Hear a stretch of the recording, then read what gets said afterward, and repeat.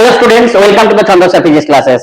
যারা 12 পাস করে বিটেক করতে যাচ্ছে তাদের জন্য অত্যন্ত সুখবর, কারণ আমাদের এই Chhandasya physics classes semester coaching for BTech student start করছে।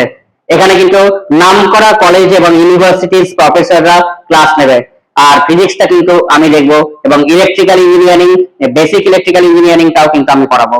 যাই হোক, কারণ সেমিস্টার কোচিং এ ফার্স্ট সেমিস্টারে তোর যদি না মার্কস খারাপ হয়ে থাকে, তাহলে কিন্তু সেকেন্ড এবং থার্ড সেমিস্টারে কিন্তু তুই খুব চাপে পড়ে যাবি, এবং যেটা কিন্তু তোর ক্যাম্পাস ইন্টারভিউতে অনেক প্রবলেম ক্রিয়েট করবে।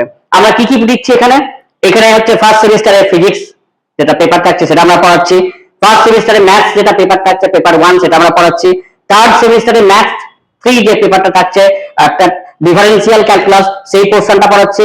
তাছাড়া কম্পিউটার সায়েন্সের C program, core, advance Python and data structure আমরা পড়াচ্ছি।